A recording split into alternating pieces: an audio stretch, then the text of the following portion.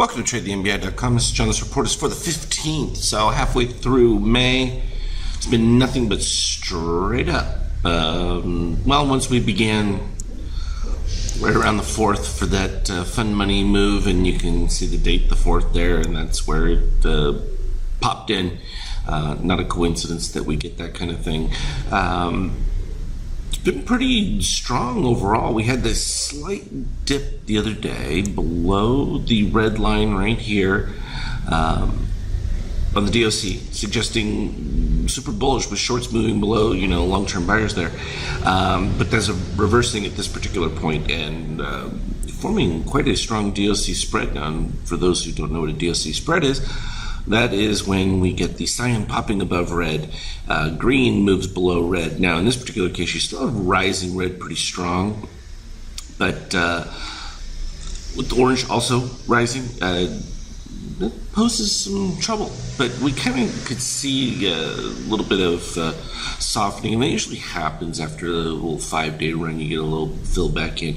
We don't have any full positive extremes except for this candle right here, which would be 26.92, and then the next one obviously is the full retrace. The key for this is going to be a return of 50% of the move, but now that we're right at the ABM levels, we came right up towards the ABM gold. We've got all the different ranges from the green and that going down, 27.1750.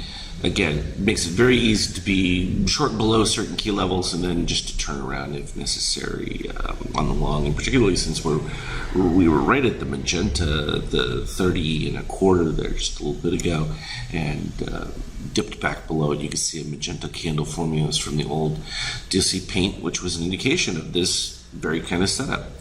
The only bullish advantage of this right now is the rising red, but that can roll over in a bar or so on a downward day pretty quickly. And in fact, you actually have a snake forming here where you have the orange above, steel below, and the cyan is just poking up to form the mouth. We'll see if it finishes out the day that way. Also pointing to a similar situation here on the NASDAQ, likewise. Forming the exact same move, and again, the euro, this is going to be the little bit of weakness. You get the buy signal with the orange when it finally breaks below the green, and the green is crossed over red.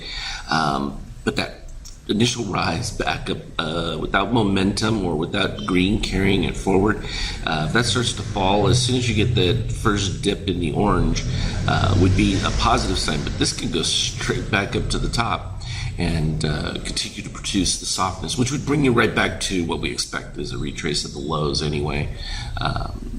Euro is not going anywhere at this particular time. In fact, it's becoming more strained now that the Italians have set up their new government. That's going to have added implications, particularly since it's anti-EU. So you combine that with Greece, and you start to have some serious rumblings, and we'll see what happens with France. If we get a continuation in that direction as well. Macron is very unpopular at home. The Euro's got some issues, at least from a unity and collective. The apparatus is so big, it's going to take quite a bit to dismantle. Even Brexit hasn't done anything to it. Bonds, again, way elevated for what they should be. They're still holding on as a defensive play, but it's becoming clearer and clearer that growth hasn't abated in America, and that is only going to lead to a degree of inflation. The question really, it all comes down to how much growth. You're going to have to be over the mid 3% range, and if you are, then there's no question whatsoever that inflation is going to creep in, and secondarily, if oil remains at these elevated areas, likewise, it's going to produce the same. And going into the summer months, this is the worst situation you could possibly have, because it's going to really compound the inflation situation, which makes no sense why gold would be going the opposite direction of that. It certainly isn't elevated. But we've talked about the cryptocurrency play into there when it rises. It's been under a lot of strain because there's been talk about reduction in mining and certain things, but Bitcoin and that is transitioning into Well, morphing probably is a better sense. It's not going to be an applicable alternative to gold until it becomes something that can be exchanged for value on a regular basis, and that hasn't happened yet. They're working on it. I know they just completed the first blockchain, which is not the same as Bitcoin, but transactions for derivatives and that's certainly going to add acceptability within the community of financial traders with it, and actually improve Bitcoin's opportunities going forward. Here we had the intraday move. We had that pop up, and I was doing the video report. We said, yeah, we should expect a backfill of most of these positive extremes. They did that early, but they would try and reach the highs again, which is exactly what they did.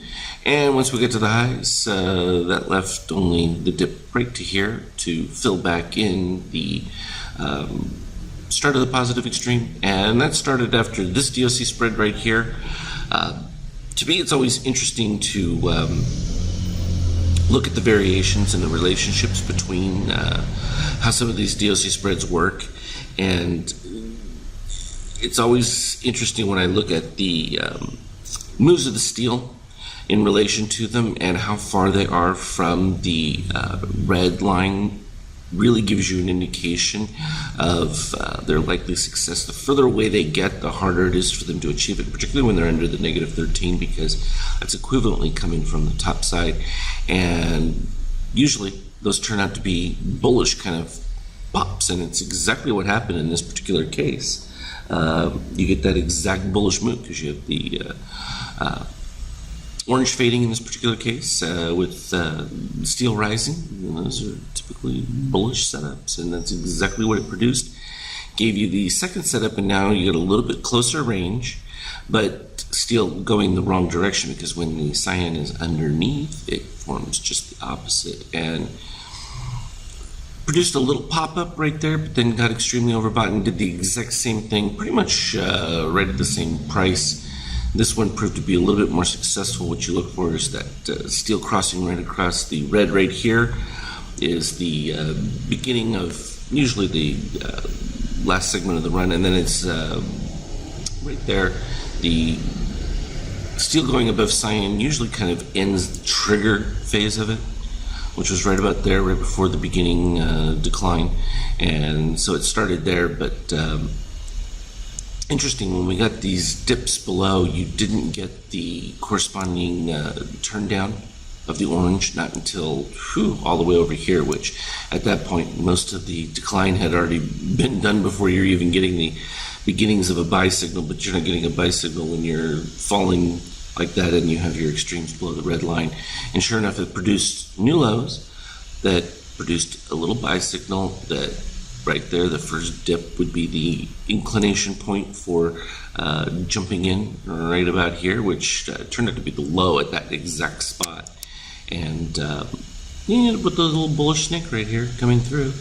And it lasted all the way into this midpoint. I took advantage of this one, and then I could see that we were turning back around the other way, and I flipped and went short, and it got a little choppy back here.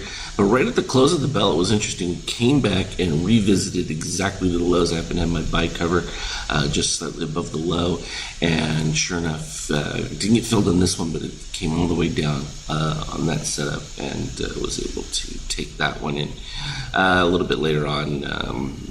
The wee hours for European time began to fall some little more. They're attributing it to China data and that, but I think we can see from what we were looking at from our daily charts, it was already pretty much in the works anyway. Doesn't mean it's not going to be bought back up a little bit at this particular point. We can see the steel rising, orange falling. We don't have the cyan in between from a tongue standpoint, so it's likely to any pop be limited at this particular point, though the extreme's fairly healthy at that level, but there's that 23%. And here we had very big difficulty trying to get past the 50. So you get that dip to the 0, back up to the 50, and we can see the range now. It's about 17, but it's just jumped to 21 from an overall 100 to 0 on our Fibonacci lines there. So we'll keep an eye out on that, and continuing to programming. So any new charts or special things that pop up, I will certainly put them on our Skype chat, As always, though, trade well. We'll talk again later.